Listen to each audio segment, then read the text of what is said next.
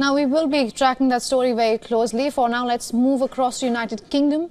The country understood the need for a healthcare system long before most of its counterparts did. In the year 1948, the country established the National Health Service, or also known as NHS. The plan was to provide free services to the entire population, but for decades now, the NHS has been in a state of crisis.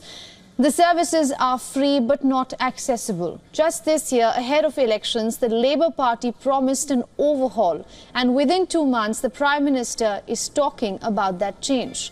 Prime Minister Keir Starmer has said very sternly that the NHS needs major reforms, not more funding.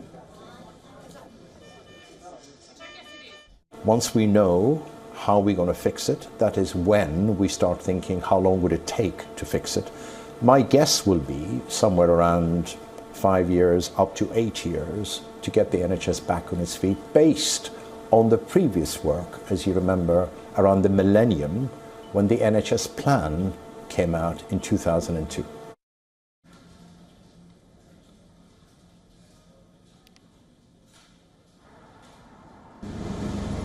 The government says it is working on a 10-year plan to fix the health service. Not much is known about the plan. What we know is that there will be focus on 3 things. First, using more technology to create a quote-unquote digital NHS.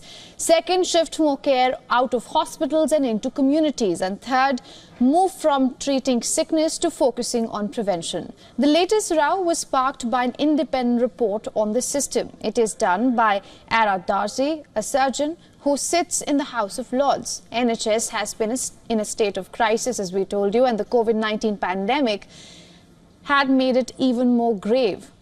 And the impact is felt till today. Private hospitals were drafted in to help with the pressure, and UK is still feeling its impact. Prime Minister Starmer was quick to blame the previous government. The last government broke the NHS. Until this morning, we didn't know the full scale of the damage, which is laid bare in the report. Even Lord Darzi, with all his years of experience, is shocked by what is discovered. It is unforgivable, and people have every right to be angry. To take this conversation further, we are being joined by Mike Buckley, a senior journalist and political commentator. Mr. Buckley, thank you so much for joining us here on WION. Good to be here. Thank you for having me on. The UK Prime Minister seems to be very stern. He says that NHS needs reforms, not more funding. What kind of reforms is he talking about? He's talking about a reform to the way that the NHS works. There's been a number of things that have damaged the NHS in the last 10 years. So there was a big reform in 2012, a huge reorganisation from the last government. They were warned when they did it that it would lead to disaster in the NHS because it was a big reorganisation. They moved lots of departments around, lots of staff around, lots of money around. So then, of course, you've got lots of people spending time moving departments, changing what they're doing, reporting into different people rather than helping people and doing the jobs that they were doing to take care of the nation. It's also made communication between different departments much more complicated. So the damage that did was partly undone by the last government, but that needs to be completely undone, or something new needs to be put in its place. And it's also the case there's lots of time and energy and effort going into the health service in ways that don't produce the health outcomes that we want. So, for example, we don't do enough in terms of health prevention, or sickness prevention rather, so disease prevention, so we need to do that.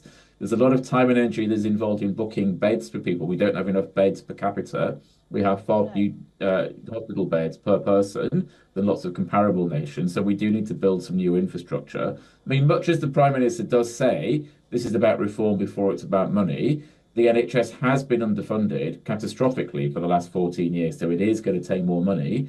But I also understand the analogy that what you have is a bucket that is leaking. You need to fix those leaks first. That means using the resources that we have right now better, particularly it means using the staff resources that we have right now better, but it also means understanding where is money being wasted. Right. And in part, money is being wasted, for example, on agency workers who cost a lot of money, but don't do much of the work. So those roles need to be brought back in-house to employed people. That will make a big difference. And we're also wasting, for example, by keeping people in hospital beds who need to go home or go into social care but there aren't the services there to provide for them. So that also needs to happen.